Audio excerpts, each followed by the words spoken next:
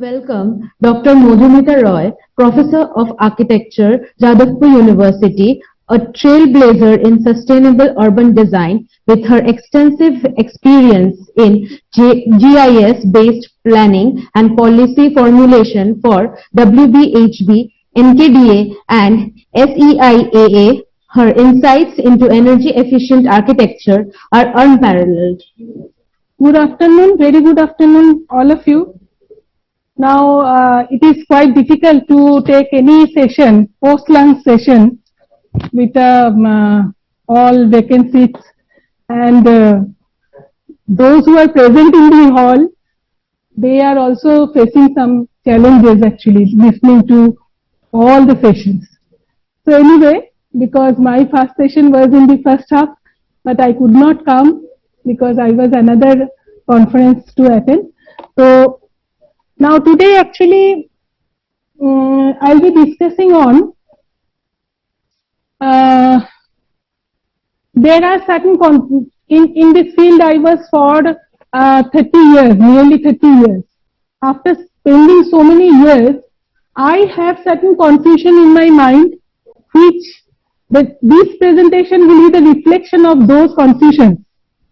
Certain confusions which I am placing here, and because in the coming 2 days actually there will be a lot of discussions regarding Econiverse. So that way, so I thought that let us place this whatever confusion at this senior level we are having, whether it is actually resonant with all of your thoughts or not. So I also was having lot of questions when I came into this particular field, because when I started with this doing research when in 2001, I got into this got this exposure of this energy efficiency, sustainability in buildings and built environment. And since during that time, there was very few people in the country who had been working in this particular field. So I was roaming around the entire country, and I went outside the country to know what is actually how to start research in this particular field.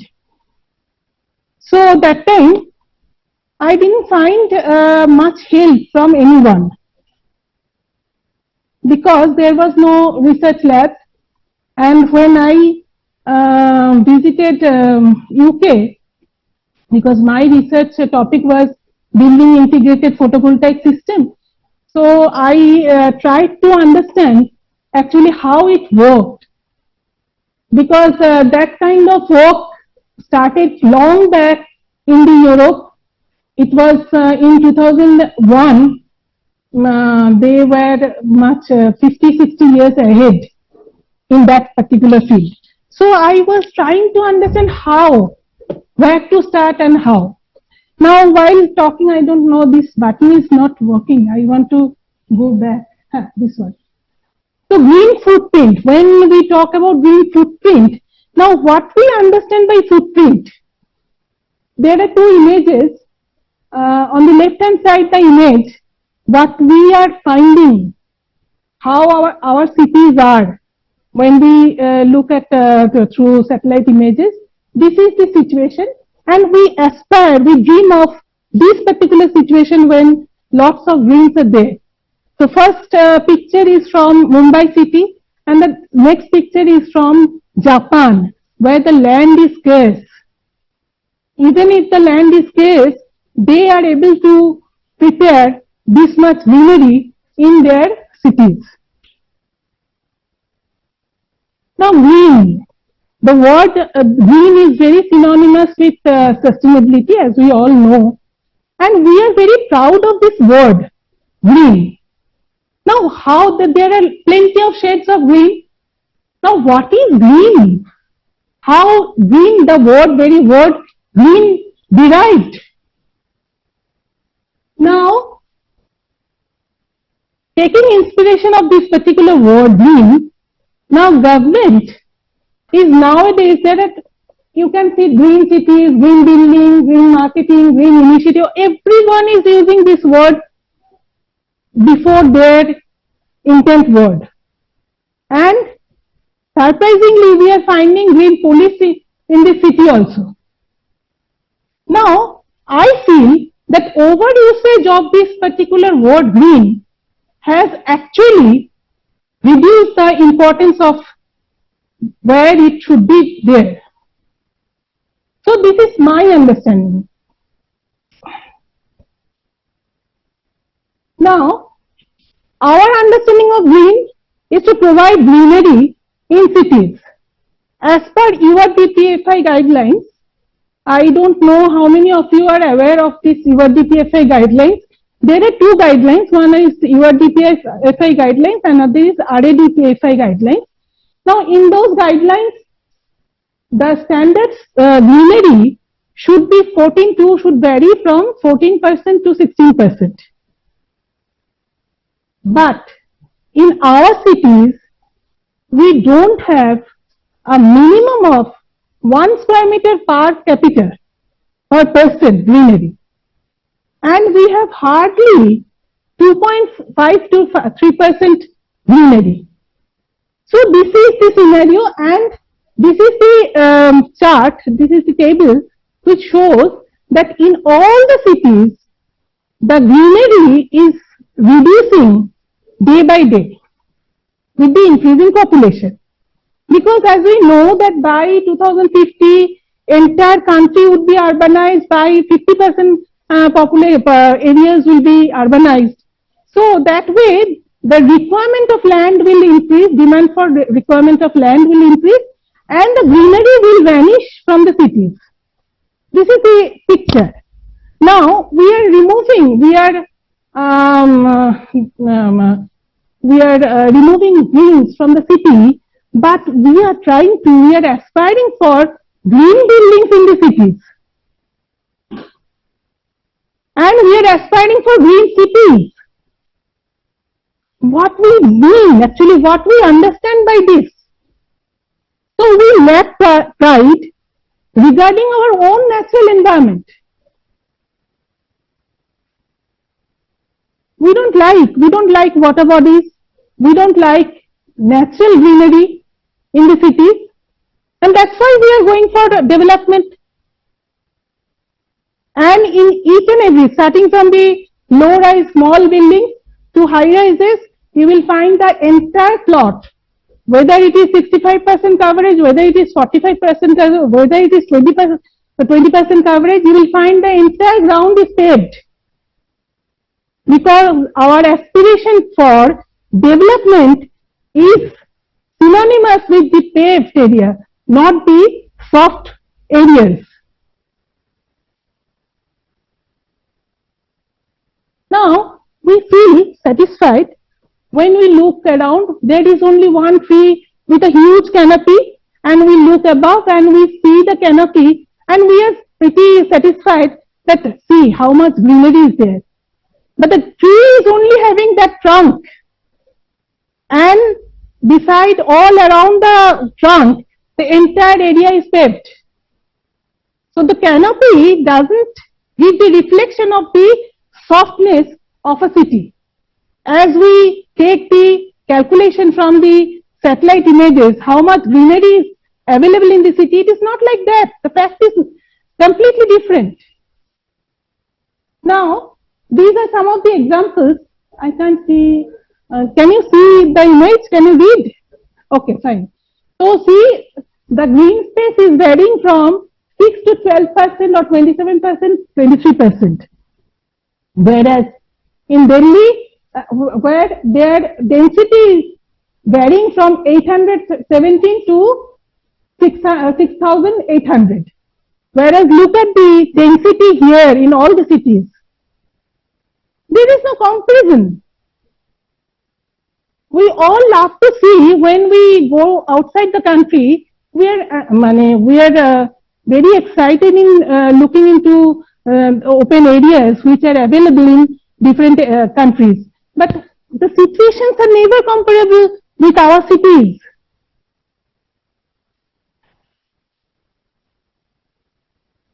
Now, this is a very favorite quotation which I generally use in most of the time.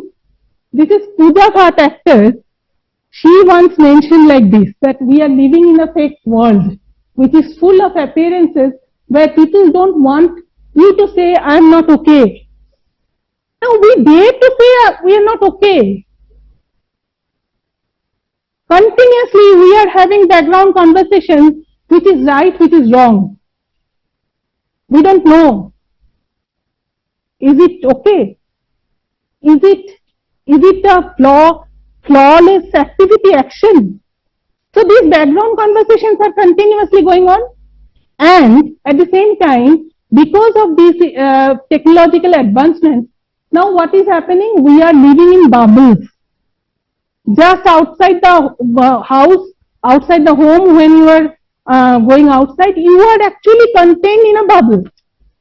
No interaction, no social interaction, only all are busy with their mobiles. So, what is happening all around you, we are not aware. We are, what should I say, we are careless or we are ignorant. There might be a lot of words regarding this. Now this is one news item actually once. So India's urbanization is not a problem, it is an opportunity. But as a planner, as an architect, in 30 years time, we never find it as opportunity. Where is the opportunity? We are professionals, we are looking for opportunities. In a city where you will find these high rises, and at the same time, the site opposite to that, adjacent to that particular plot, you will find that all the slum areas. And you cannot touch anyone.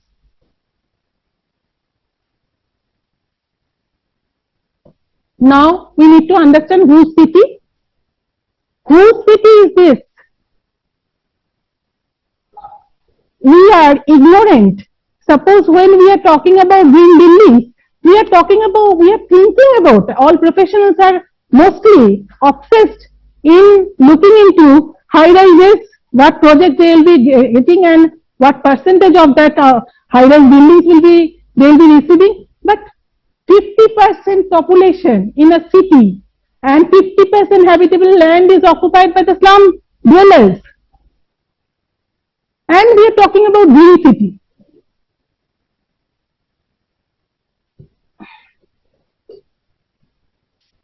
Not only the human being are present in the entire ecosystem. We don't care. We don't know what is happening to other species in the cities. Mohinak is present, so we went to this Shanghai city and we asked them, we went to the Shanghai University and we asked them, where is the bird? We didn't find a single bird in the Shanghai city. It's a smart city. People visit Shanghai to learn about such, how to make smart cities. But there is no bird.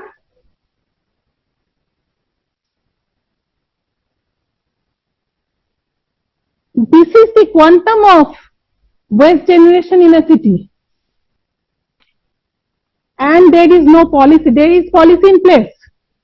But that policy came into place by the ministry in 2016 and the state government is not actually in a position to implement any policy regarding the waste management. And our city is gradually being covered by all this waste which we generate. See, these are the leftover pieces of clothes, because in during our childhood we used to have new clothes only twice in a year, during puja holiday, during puja and during New Year. But nowadays, whenever we want, we get new piece of cloth, and after 2 days or 1 week, we don't like them and we throw away. Did you ever imagine where these throwaway pieces are going? Who is using? What is the quantum of waste you are generating?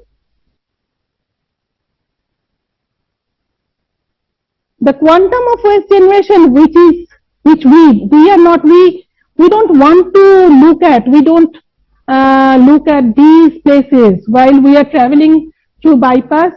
You get very bad smell, and you tend to avoid that area. You try to cover up the span as early as possible. So we don't want. That is the issue. We are trying to neglect, we are trying to be ignorant about the fact, but there is no way out. For planners and architects, it is not, and even for the engineers, we cannot actually run away from the facts. Now the fallacies, what are the fallacies? Now every one of us know what is an urban area. So these, as per census, these are the conditions which comply an urban area definition. And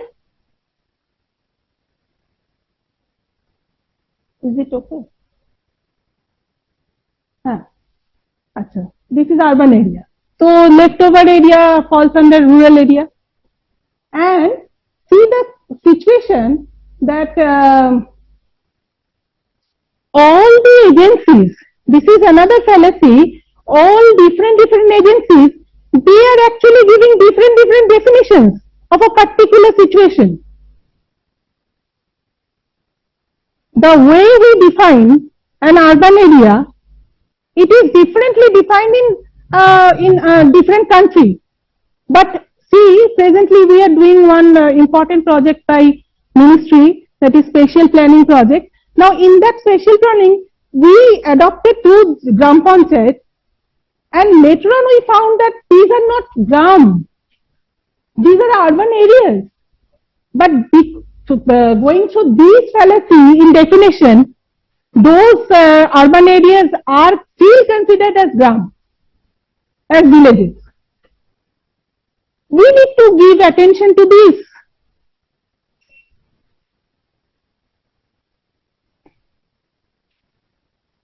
So we are aware that this divide, as per definition there is a division between urban area and rural area, but there are grey areas, there are blurred areas which we are not taking into account, but due to pressure, due to demand for more and more spaces, developers who, because those who are actually asking for commercial return, they are actually developing in these areas.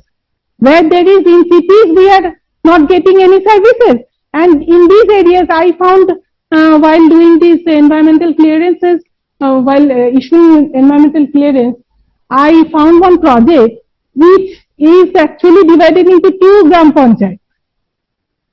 Now it became very difficult. Who is going to give the services to that particular project? Who will be a responsible person? Nobody is, because nothing is there in any of the gram panchayats. No vehicle is there, no services is there. So who is going to take that responsibility of that huge affordable housing scheme? This is the FAR scenario of Indian cities, which are varying from 1.5 to 3 mostly. But in European countries or in US or any other cities, you will find the FAR is ranging from 15 to 25. Isn't it very interesting to note? Because they are having more land. I am coming to that slide. This is actually the per capita energy consumption with respect to other countries. Look at the situation. But everyone is actually giving attention to India. That we are, as if we are actually damaging the entire world. Look at the comparative situation. What is actual fact? I want one say again, Uh-huh. farm. If FR table, this one? Yeah. Ha. Because it is usually required.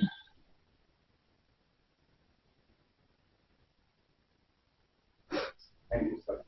It's okay. Now look at the situation. What is the proportion of land and what is the proportion of population? When the population is less, when the land is more, they are having higher FR. Why can't India has higher FR? So that we can have more and more green space? What is the need of keeping that ceiling to 2.75 in the building rule book? I don't understand whether we are ignorant or whether we don't want to. That's why I told that we are living in a fake world. Actually, we are fooling ourselves. See, majority cities are having this quantum of stock. Now, green cities, green buildings are talking about new buildings. Where is the land in the city? How many green buildings you will construct? What is going to happen this stock? Because majority portion is covered by these old buildings. And as human beings, we are greedy. We want extras. We want to violate rules. We want to violate rules. We want to fool as the students actually, they want to fool the teachers while they are cheating. It's very simple. Same thing is happening. As if we are fooling actually administration. Actually we are fooling ourselves. Everyone is aspiring for extra. Extra means in the open spaces they want to encroach. And the open space is meant for his ventilation. The occupant's ventilation, occupant's daylight. But they want extra area. All are wanting extra area. And the most interesting part is in all the cities, you will find the blanket FSI. Blanket FSI means there is one FR table, where the city structure is completely different. Some areas are already dense, but we are not trying to look at those. See, these are the buildings. I often show this picture to in my class in the department. This is very interesting. The buildings are from different cities, and can you identify which building is from which city? It is not possible because architects are designing green buildings, and these are the examples where their local flavor, local character is not reflected. We have forgotten everything because India is a so interesting country where so many variations are there, but we are not acknowledging those variations, those diversity. This is one project we did in 2009. I don't have a later version of this map, where this stress zone in the city, the FR is around FR table. If we studied the entire city and we calculated the FR of each and every ward, and from there actually you will find the stress zone, the FR is around 10 to 12. The area, the Bada Bazar area, mostly the Bada Bazar area, and in some other darker zones. The moderately stressed zone, they were having FR, existing FR, which is around 8 to 9, and the low stress zone is having FR not 2.75 or 3, it is around 5 and 6. It is very simple, you can also check. In any building, you just pick and choose any building in your locality, just calculate that, see how much violations. I always say, jokingly actually, that find a building and I will give you a chocolate if you find any without any violation. No buildings are there. All the premises are violating rules. So my point is, what is the purpose of keeping the rules, building rules? If you don't follow, where the ceiling you are mentioning 3 or 2.75, now existing FAR is 12. Now which promoter will be interested in going for redevelopment? What you want? Repetitive fire hazards in those buildings. So it is very chaotic and confusing and ambiguous. The entire scenario. It is chaotic to me. It appears to be chaotic to me. And I am always very confused. I don't know whether that confusion lies with you or not. And ambiguity. Don't know what is right or what is wrong. Some facts say 5,000 registered town and city planners in India. Registered town, there might be more, but this is internet data. And Government of India, as far as they report that 3 lakhs town planners should be there in country. Now, I don't know how many planners are present in this hall. How many planners are having any professional work? How Government of India or how government, I am not accusing any particular governments, either central or state, how many who are actually utilizing the capability of planners? Equally, there are 1,22,971.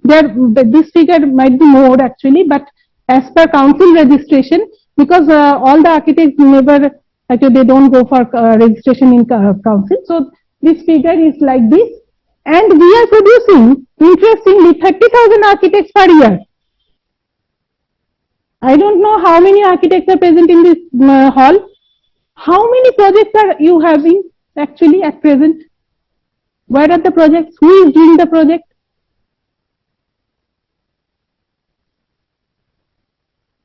No data is interested. 6,80,000 civil engineers in the country. How many engineers are overloaded with work, overloaded with projects?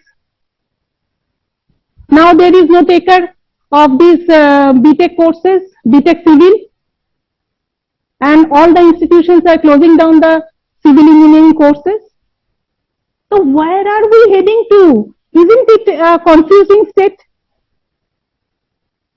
There is no data. Interestingly, there is no data about the diploma engineers, though they, at a diploma architect, diploma engineers, though they contribute significantly, but there is no data available in the internet. I don't know whether. So, as council says, as Institute of Engineers say, that there is a substantial shortfall of professionals, that all the professionals are not having enough job, enough projects. Who is responsible for what?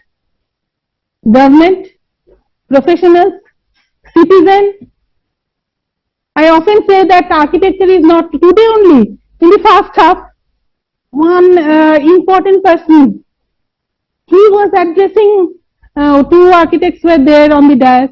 So he was addressing us as architecture continuously, and it was so difficult to listen. So we thought that same thing is prevailing after spending 80 years of architecture education. The society is not even actually aware who are the architects and what they do, what do they do. So, behind this chaos, who is the responsible person? That is my objective of mentioning this. And what are we doing actually? What damage we are doing? Now, with a building on a plot, this is the situation we create. This is a bubble. Bubble means it is not that we are impacting on my plot. we are impacting the surrounding areas also, beyond that premises, because we care only about things what we can see. We don't care what we don't see. So we are not aware what is going underground continuously behind our actions. Who is going to take that responsibility in doing such issues, in creating such issues? And suppose all design and planning guidelines like NBC, URDPFI, MOEFCC, FIRE, Ecsbc, I ask my students often, have you gone through the NBC part 4? Have you ever seen NBC? Whenever there is an assignment or exam, they might have seen, but it's a huge voluminous document. How many architects know all the details and all the clauses of the NBC? And over and above that, there are MOEFCC rules, there are airport authority rules, there are Ecsbc. What is the need of so many regulations and codes and guidelines which any code, any clause, any rules is meant for public. It's not meant for professionals. We need to understand this. If public is not aware of these clauses, then what is the point of making these clauses? These are futile exercises. Today only BIS people, a person who is in charge of new BIS or NBC, he was saying that BIS is, now we are not charging BIS, these are actually available free of cost. Nobody is purchasing BIS. When we were young, I bought a huge volume of BIS standards for all the, I bought it from Delhi by train. Flight never allowed, during that time I could not actually afford flight. So I brought all the BIS by train. And nobody is bothered. How many of you have BIS books at home? But during that time, when we were studying, during that time at least those awareness were there. But nowadays nobody is aware. And why too? Nowadays people are not reading. The BIS and National Building Code, that voluminous building rule. What is the purpose? Let us go through the table and that's enough. Who is interested? So it will be free. Definitely, there is no other option.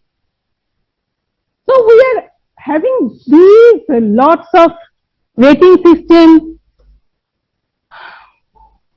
Beam was the first rating system in the world, and then we have had Griha. Now with this and IGBC, before Griha came into place, IGBC, sorry, I just it came into my mind. IGBC is absent in this picture, but IGBC came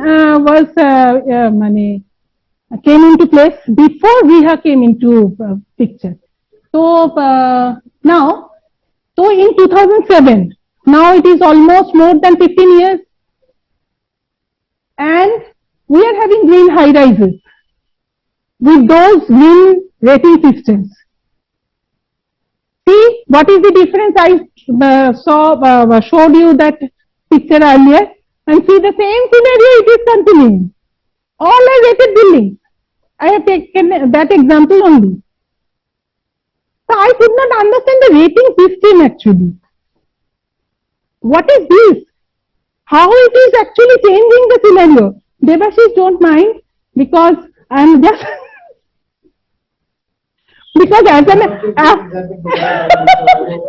as an academician, actually I thought that, see, I have spent 30 years of time in the profession, and now it's better to say the right thing.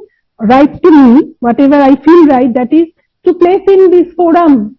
Otherwise, when there is no more time left with us anymore. So the prelude of this ENS is lifestyle for environment and to reduce emission intensity of GDP by 45%. Look at the aspiration. Look at the expectation. 45%. Nowadays, every tool is available. You can calculate how much reduction you can do, how many buildings are coming up, and you can easily calculate.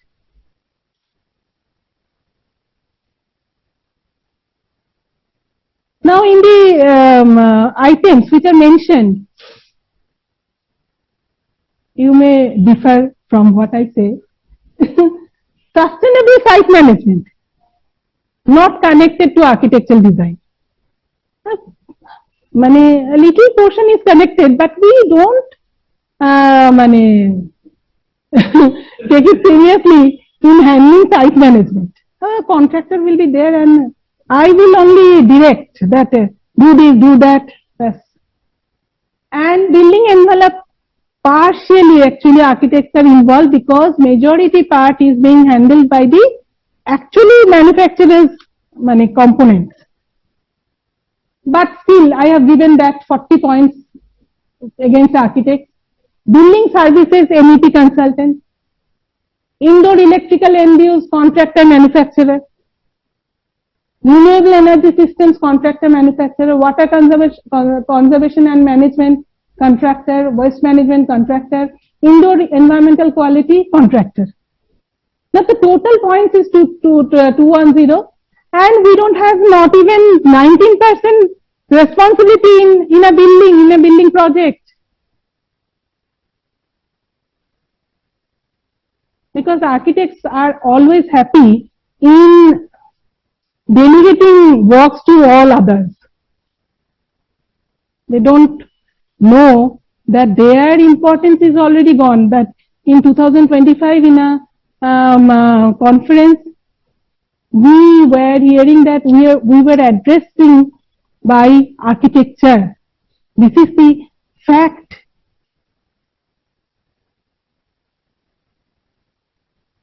Now this annexure 4, this will come later. So annexure 4, this I found really important because for many years actually retrofitting people are discussing, but these retrofitting buildings actually these are not taken into account. All are interested in giving rating to new buildings, new complex. So this annexure, if it happens ever, then this is interesting. And when an architect designs a building, now we interact with clients and we generally want to know what is their requirement. Now the client says something that this is, I have 5 members in the family, I want this, I want that. To a planner, think about the situation. In a city, these are the facts which are not known to us. What is the vision of a city, Kolkata city? Nobody knows. How I want to see a Kolkata city in 100 years time or 50 years time, you can't get any answer from anyone. There is no vision. Actual population, nobody knows. Census didn't happen in 2021. Even I don't rely on census data. Existing FSI, FR value, nowhere it is recorded. Because we work for Calcutta Corporation and they never publish that document. Existing resources, what you have, we don't know. Unless you don't know how much, what is the quantity of raw materials available at home, how will you cook for the family members? So about the resources, we don't know. Land classification data, that is so huge. I was very excited when when it was mentioned that there will be a land bank. All the land details will be there, but never it happened. Land bank never happened. Land classification is not there. Existing limitations. Now, if we are not aware of all these facts, then this is what we call it as lack of preparedness. This lack of preparedness actually is a great cause why smart city program failed miserably. Because it is not that we invest that money and the money will be utilized. It is connected to spatial planning, and spatial planning is such a subject which takes a lot of time to prepare, and it requires continuous modifications with the changing scenarios. And interestingly, we are not prepared, and continuously these technological advancements are going on, and we are adopting. Many our child who is not able to read or write, who is in class 9 or class 10, you just pick and choose any boy or girl from any government school. All are available in their locality, and you will find he is not able to read or write, but he is actually very conversant with the mobile phones. Since morning to night, they are playing with mobile phones.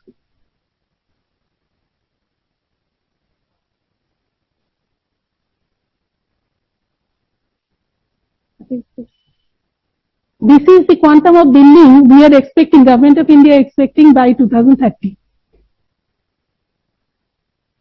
And less is more, actually, it's a very famous quote by Nevinder Rose. But I have used it even differently. Less is not more. Less is not more.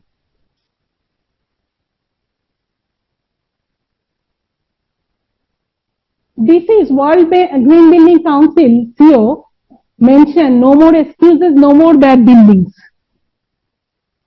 But what I wanted to say, actually, see the graph. This is the quantum of vacant buildings. We build and there is no taker, and this is a very common scenario. If you just go through Newtown area during evening hours, you will find the quantum of vacant houses. But the city services are already rendered. What a wastage! What is the wastage? Energy wastage, financial wastage, everything. So what I feel, it is not my idea, but it is people started thinking like this. A new India in architecture, a new idea in architecture, no new buildings. But there is no tension for the fresh architects. Actually, the retrofitting, because if there is any, today only we came to know that fire rules are coming in a very strict manner. Now, retrofitting buildings is a very huge area, and with the quantum of that existing old buildings, people doesn't have enough expertise. So architects will be required. So with this note, actually, I finish that future is not some place where we are going to, but one we are creating. The paths to it are not found but made, and the activity of making them changes both the maker and the destination. Thank you.